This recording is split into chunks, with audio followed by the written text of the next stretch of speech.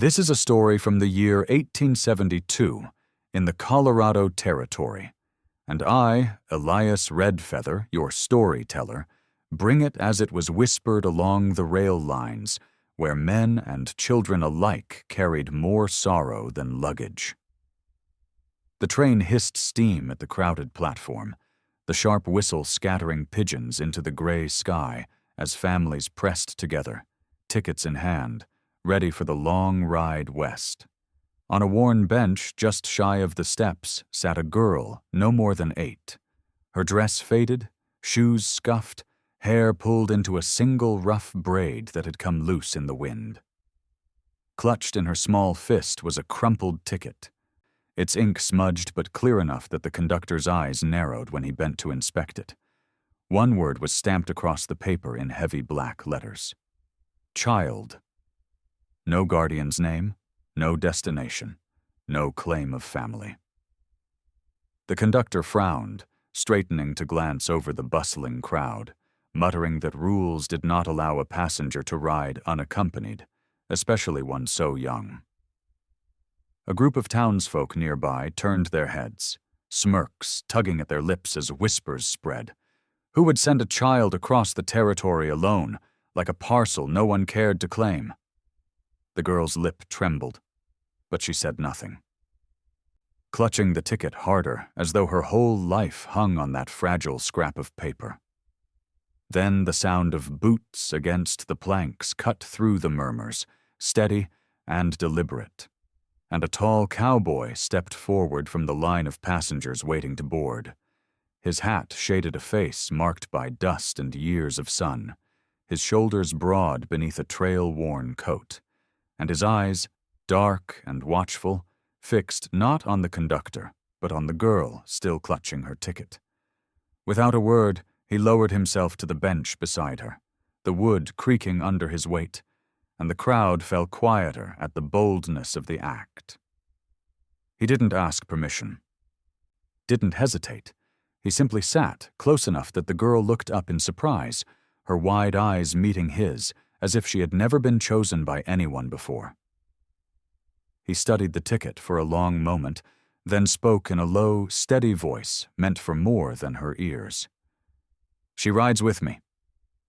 The conductor blinked, frowning, his finger tapping the word stamped in bold across the ticket. Says child, sir, not father. That seat requires a name. The cowboy's jaw tightened, and with deliberate calm, he removed his hat, the brim worn smooth from years of use, and placed it gently on the girl's head. The crown swallowed her small brow, the brim dipping low across her eyes, and gasps rose from the onlookers at the gesture. Then right mine, he said, his voice carrying like a rifle shot down the platform. The conductor shifted, uncertain now, while the girl stared up at the man who had chosen her with nothing more than a hat and a word, her lips parting as though she wanted to speak but could not. Around them the train hissed again, impatient, and the whispers in the crowd grew into something sharper, mockery, disbelief, speculation. But the cowboy ignored it all, his arm resting along the back of the bench like a shield between her and the world. In that moment, with a ticket marked child and a cowboy's vow spoken in front of strangers, a story began that no storm of ridicule could erase. The conductor's hesitation spread like fire through the gathered passengers, and soon the whispers became open laughter, sharp and cruel, filling the platform with scorn that cut deeper than knives. One man with a crooked hat chuckled that the cowboy must be desperate for family to claim a stray. Another woman in a stiff bonnet sneered that the girl looked more beggar than daughter, and still others muttered about impropriety. A man alone daring to tie himself to a child who wasn't his. The girl shrank beneath the weight of their words, the brim of the hat slipping low to cover her tearful eyes, her thin shoulders curling inward as if to vanish into the wood of the bench. But the cowboy did not flinch, did not yield.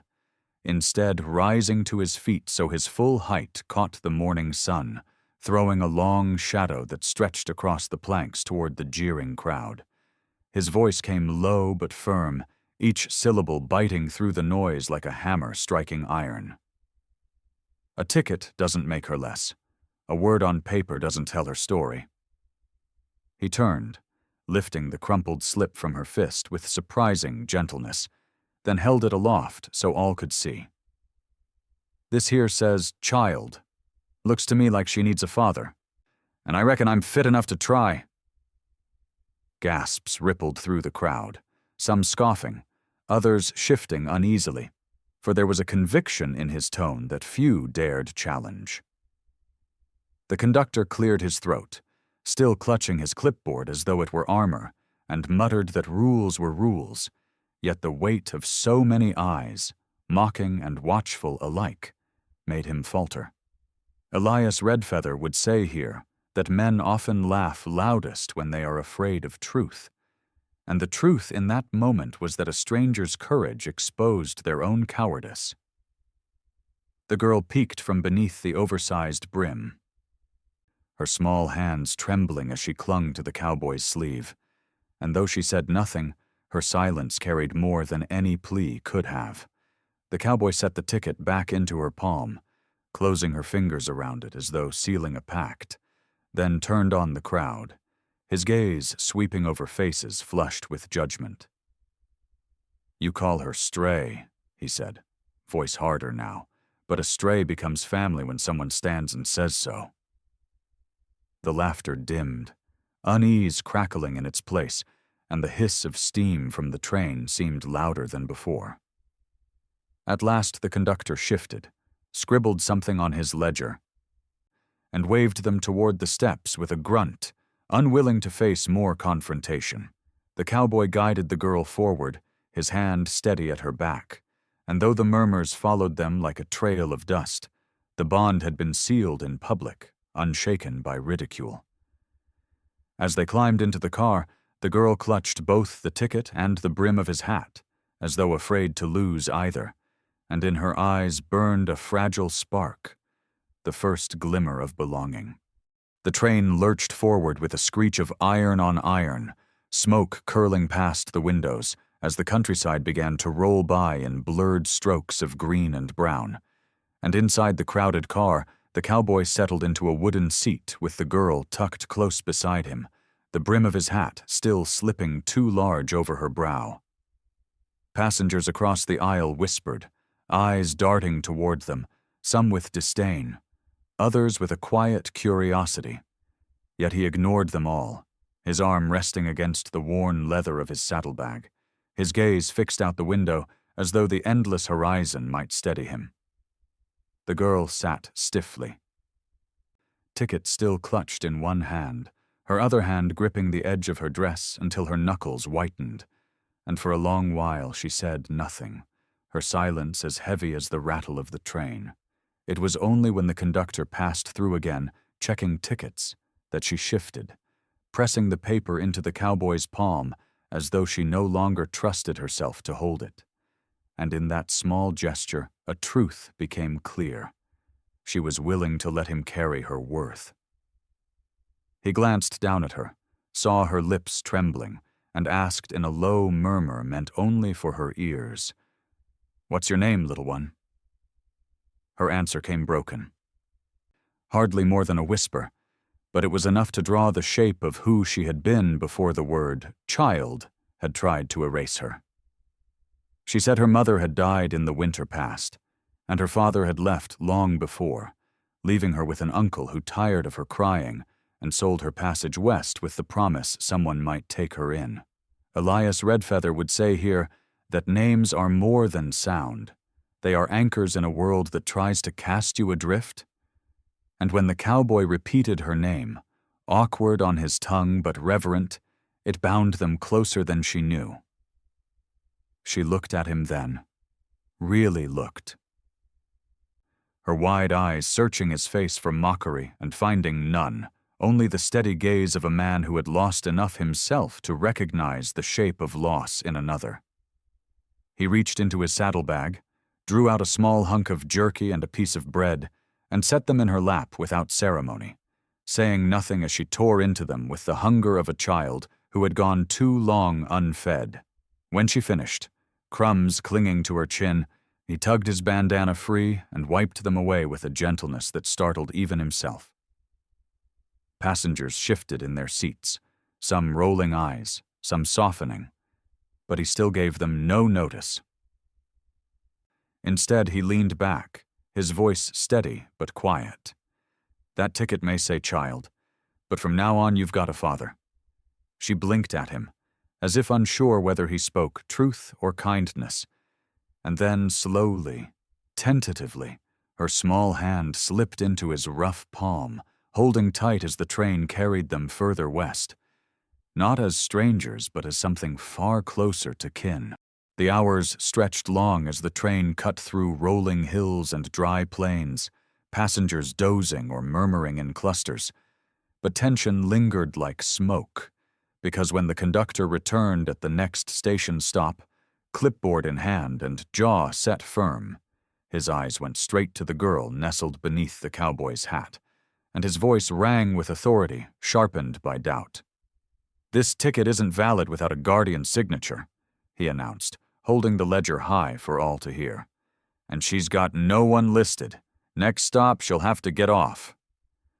Gasps rippled through the car, whispers rising quickly into a buzz of cruel speculation. Some muttered that the railroad couldn't risk strays. Others chuckled that the cowboy had bitten off more than he could chew, while one man near the window barked that rules were rules, and no exceptions should be made for beggar children.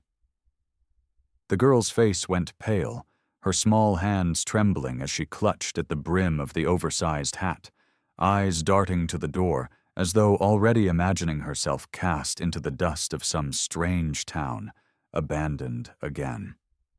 The cowboy straightened slowly, his broad frame rising with a deliberate calm that silenced more than one tongue. And when he spoke, his voice carried the weight of a vow forged harder than iron. "She won't be getting off," he said, stepping into the narrow aisle so all eyes fell upon him.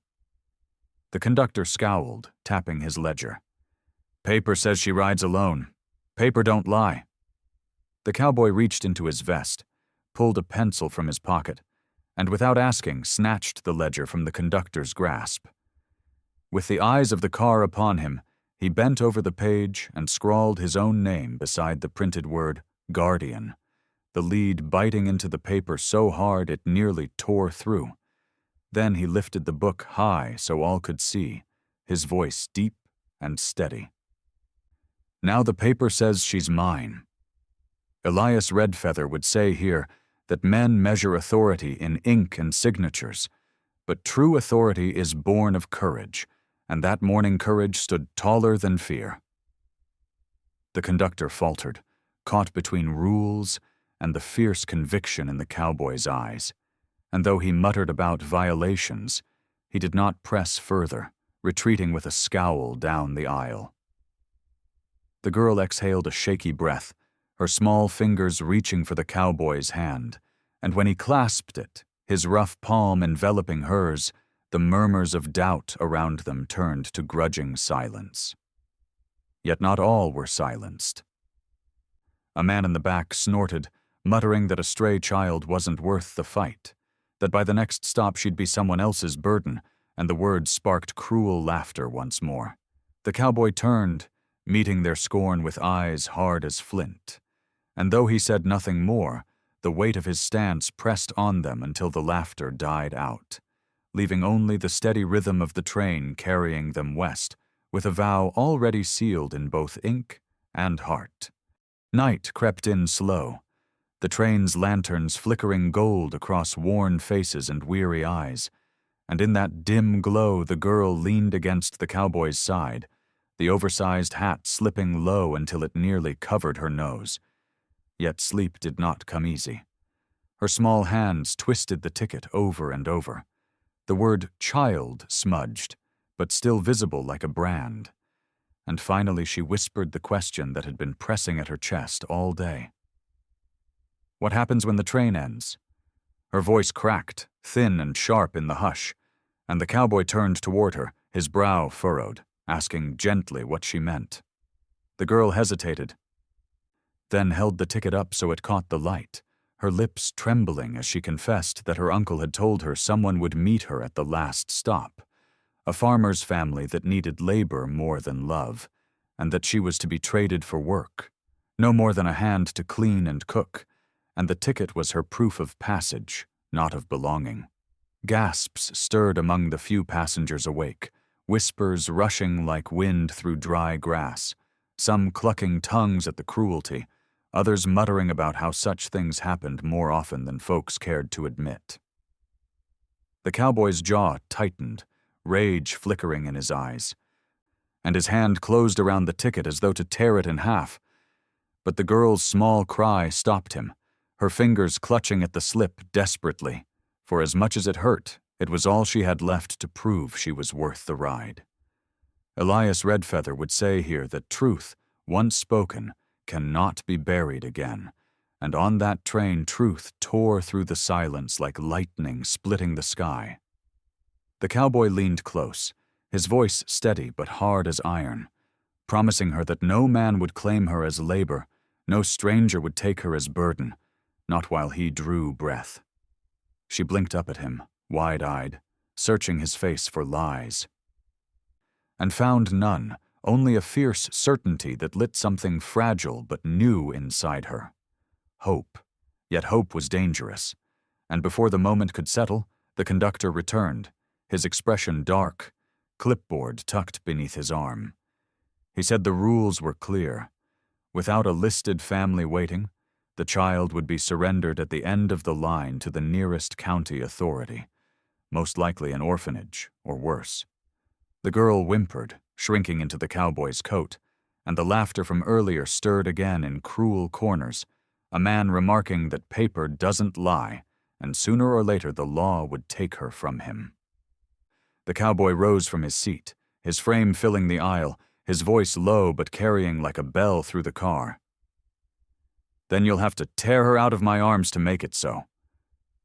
The car fell silent, no one daring to challenge the fire in his words, and though the conductor grumbled about reports and violations, he backed away under the weight of a promise that could not be shaken.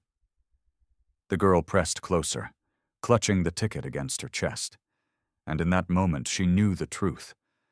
Whatever the paper said, she was no longer unwanted, for she had been chosen, and choice was stronger than law. The train rumbled steady through the dark plains, its wheels clicking like a heart that would not quiet. And as the car swayed, the girl leaned into the cowboy's side, her thin frame trembling as if every sound outside the windows might mean danger. He drew his coat tighter around her, tucking her into the warmth without a word. And in that silence, she began to breathe easier, the rise and fall of his chest becoming the rhythm she matched her own to. He asked her name at last, softly, like one afraid of frightening a wild foal, and after a pause, she whispered, "Marielle," the syllables brittle but alive. And when he repeated it back, it sounded like something solid, a thing to be held. Elias Redfeather would later say that names carry weight only when spoken by those who mean to keep them safe, and that night, Marielle's name became more than a sound. It became a vow. The cowboy, Samuel Rourke, though no one on that train called him more than Sam, told her about his own childhood, how he had grown up with only his father's boots by the door and his mother's Bible on the shelf. No siblings, no cousins, just long days with cattle and nights under open sky. And though he spoke simply, Marielle's eyes stayed fixed on him, the loneliness in her own heart finding echo in his words. When she confessed she hadn't eaten since morning, his jaw tightened, and he left his seat, returning minutes later with half his supper roll, stale and hard, but carried in hands that offered it like treasure. And she took it with a shy thank you, nibbling as though it were a feast. Other passengers watched in silence, some frowning, some softening, the story unfolding in front of them in a way they hadn't expected. A man who had walked the earth alone, offering shelter with nothing more than presence and bread. Sam found himself studying her face as she ate, the way she chewed slowly. Like every bite was meant to last, and he realized he had not cared for another being so carefully in years, perhaps ever. She asked him then, her voice so small he almost missed it over the hum of the wheels, if he really meant what he'd said, that no one would take her away. He looked her square in the eye and nodded once, a promise not just spoken but carved deep in him, and though she bit her lip as if to hold back tears, she slid the ticket into his pocket, as if trusting him to carry it now. Not her. Sam felt the weight of that slip of paper against his chest, and knew it was heavier than any rifle he'd ever carried. For it was a burden of belonging, and he would not lay it down. The car rocked on, lantern light flickering, and as Mariel's eyes grew heavy, she laid her head against his side, drifting into sleep with his hand steady on her shoulder, her breathing evening out until she was lost to dreams. Sam stayed awake, staring at the dark window where his reflection stared back, and for the first time in a long while, he saw himself not as a drifter or a loner, but as something new, something not yet fully formed, but strong. He saw himself as a father. Dawn broke faint and gray over the prairie, the first streaks of sun cutting across the train car windows, and Mariel stirred beneath Samuel's coat, rubbing her eyes as if waking from a place far gentler than the life that had brought her here. But peace did not last long, because at the next stop, a group of men boarded, their boots loud, their laughter sharper than spurs, and Sam felt Mariel's body tense before he even saw her face. Elias Redfeather, who carried this story long after, said that evil can be smelled in the way a crowd hushes when rough men enter, and on that morning the air soured at once. One of the men carried a ledger and another a whip, and when their eyes landed on Mariel they whispered too loudly, calling her the missing one. And Sam understood in a heartbeat that someone had paid these men to find her. Mariel pressed close to him, whispering, "Please don't let them take me," her voice thin but urgent, and Sam laid his hand over hers, steady and immovable, as though his palm itself could shield her from the whole world. The men moved down the aisle, asking questions of the passengers, and when they stopped before Sam, they asked if he'd seen a girl traveling alone, ticket marked child, and his answer came slow but firm. "She's not alone. She's with me." The man with the ledger squinted, flipping through pages, muttering about property owed, debts unpaid, guardianship lost, words that turned Mariel's face pale, and Sam leaned back in his seat, spreading his shoulders wide, making clear without saying it that no paper on earth would separate them. A murmur went through the car, other passengers shifting uneasily, watching to see if the quiet cowboy could really defy men who carried authority like a weapon. The whip cracked once in the air, a warning, but Sam didn't flinch. Instead, he reached into his pocket, pulled out his own worn billfold, and laid a stack of coins on the seat beside him, his voice hard but calm. "If you came for money, take it. If you came for her, you'll have to take me first."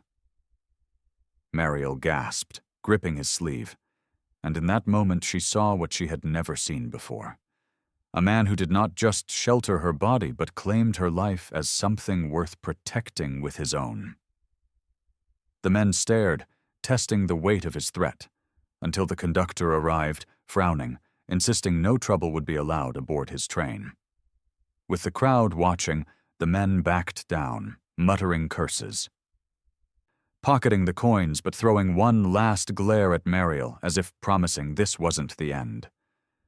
When the doors closed behind them, Sam exhaled slowly, shoulders loosening, and Mariel wept into his chest, whispering words she didn't even understand, words of fear, relief, and a hope too fragile to speak aloud. Elias Redfeather would tell it this way.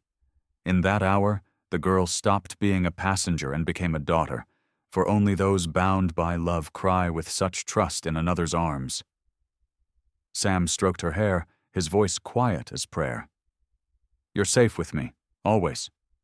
And though the train thundered on toward towns unknown, the real journey had already begun, the journey of a broken girl becoming whole, and a lonely cowboy learning that fatherhood sometimes chooses a man before he chooses it himself. The train rattled across the open prairie, iron wheels pounding like a steady drumbeat. Yet inside the car, silence had settled after the confrontation, broken only by the shuffle of boots and the faint whistle of wind through the seams, until at last the conductor approached again, his hat low, his ledger tucked beneath his arm, his eyes sharp but not unkind as they landed on Sam, and the small figure pressed close against him. And with the authority of a man used to rules, he asked the question that everyone else in the car had been waiting to hear. "By what right do you claim her?" Mariel's breath hitched, her fingers tightening around Sam's hand, for she had spent her life hearing that she belonged to no one, a burden to be passed, a debt to be traded. And yet in that moment, the whole train seemed to lean in for the answer. Elias Redfeather, who carried this tale into the years that followed, would say that Sam's pause was long enough for hearts to pound, but not so long as to invite doubt. And when he spoke, his voice carried steady as iron rails. "By the right of a man who found her when no one else did, who gave her food when no one else would, who sat beside her when the world walked past. That's the only right that matters." The conductor studied him, brows furrowed, as if weighing the weight of law against the weight of mercy. And then he turned his gaze upon Mariel, bending low to her level, his tone softer now. "And do you claim him?" The child's answer came not in words at first, but in the way she slipped out from under Sam's coat, straightened her small shoulders, and nodded with a courage too large for her size. "Yes, he's mine." A murmur rippled through the passengers, some nodding with approval, others whispering uneasily about rules being bent. But in that instant Sam felt the tide shift in his favor because the truth had been spoken not by him, but by the girl herself. The conductor sighed, pulled out his pencil, and with a single stroke drew a line through the ticket marked "Child," writing in firm script beside it, "With guardian." And when he tore the stub and handed it back to Mariel, her hands trembled as if she held a crown. The ledger closed with a snap, and the man straightened, tipping his hat to Sam. "She's your responsibility now. Don't fail her." Sam inclined his head, words caught in his throat, but his grip on Mariel's shoulder said more than any oath could. And she leaned into him, cheeks damp with tears she no longer hid. The rest of the car seemed to exhale in relief. Strangers who had watched a fragile bond tested now bearing witness to its sealing, and Elias Redfeather, telling this story in his slow way, would add, "That was the hour the world stopped asking whether he would stand for he already had, and she had stood back." Outside, the storm clouds that had trailed the horizon began to scatter, shafts of golden light cutting across the plains, and as Sam watched them sweep over the fields, he felt the weight of fatherhood settling on him, not as a burden, but as a gift. One he had never asked for, but one he would carry till the end of his days. The whistle shrieked as the train slowed into the first sizable town since dawn, a place of wooden platforms, dusty storefronts, and the restless buzz of voices waiting for passengers to spill into its streets. And as Sam rose with Mariel's hand in his, he felt every eye in the car follow them as though they were already a story worth retelling. The cowboy who claimed a child, not his own. On the platform, townsfolk gathered, curious, suspicious, the way people always do when something doesn't fit their notion of order. And when Sam stepped down with Mariel clinging to his side, whispers traveled like sparks through dry grass. "She doesn't look like his. Where's her kin? A man can't just pick up a child and call her his." Elias Redfeather, in retelling, would pause here and say that truth tested in the open often feels like a gallows, and Sam walked into that weight as he guided Mariel towards the boardwalk. A stout man with a sheriff's badge pinned to his vest stepped forward, blocking their path, his voice even but edged with suspicion. "Cowboy, this girl yours by blood or by law?" Mariel's fingers dug into Sam's palm, and he squeezed back, steady, his eyes never leaving the sheriff's. "By love," he said simply. And the crowd broke into a dozen mutters at once, some mocking, some moved, for such a word carried more power than any paper. The sheriff frowned, glancing down at Mariel, who bit her lip, torn between fear and faith. And then with a sudden burst of courage, she lifted her chin, her voice ringing clear enough for all to hear. "He's my father." Silence followed, stunned and heavy, until an old woman near the front leaned on her cane and spoke in a voice cracked with years. Then let the girl call him so. If no one else stood, why should he be questioned for it? The tide shifted at once, some heads nodding, others scowling. But Sam knew the sheriff's eyes mattered most. The lawman studied them, searching for deceit, finding none, and at last he stepped aside, gruffly muttering, "Then see she's safe, cowboy. If trouble comes, it'll be on your head." Relief washed through Mariel, and she buried her face against Sam's coat, while the crowd slowly dispersed, some shaking their heads, others whispering about the strange, quiet bond they had witnessed. Elias Redfeather's voice would linger here when he told the tale. There are moments when family is not given but chosen in front of all the world, and when it is, the world itself must decide to accept or turn away. Sam led Mariel down the dusty street, his stride firm, her steps lighter now, and though they had no house yet, no bed to call their own, in that walk through judgment they became something stronger than either could have named, a father and daughter bound not by blood, but by the storm of eyes that tried to strip them apart and failed. The sun dipped low behind the rooftops as Sam and Mariel reached the edge of town, a hush falling with the long shadows that stretched over the dirt road, and though the stares of the day still lingered in their minds, there was a deeper silence between them now, one not of fear, but of something sacred being sealed. They stopped near a small churchyard, its bell quiet, its porch worn by countless feet, and Sam turned to Mariel, kneeling so his weathered eyes met hers, eyes still damp from tears but burning with the fierce light of survival. "Mariel," he said softly, his voice trembling not with doubt but with the weight of promise.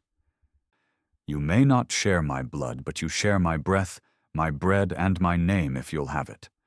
From this day on, you are my daughter, and nothing, no man, no law, no crowd, will take that away."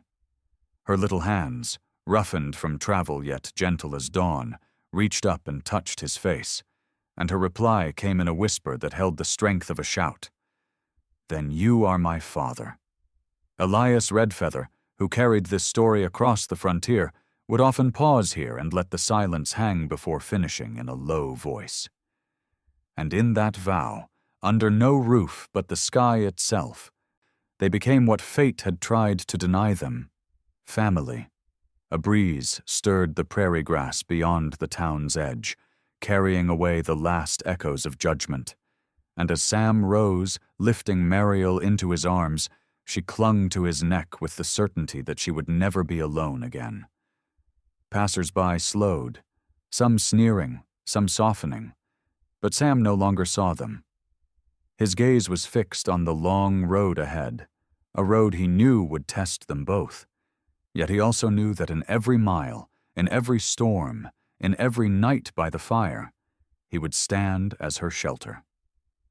And so, with the last light of day settling like a crown upon them, the cowboy and the child walked forward, not as strangers bound by chance, but as father and daughter bound by choice, carrying with them a bond stronger than any bloodline, a story that would be told long after both were gone. Elias Redfeather closed the tale with these words.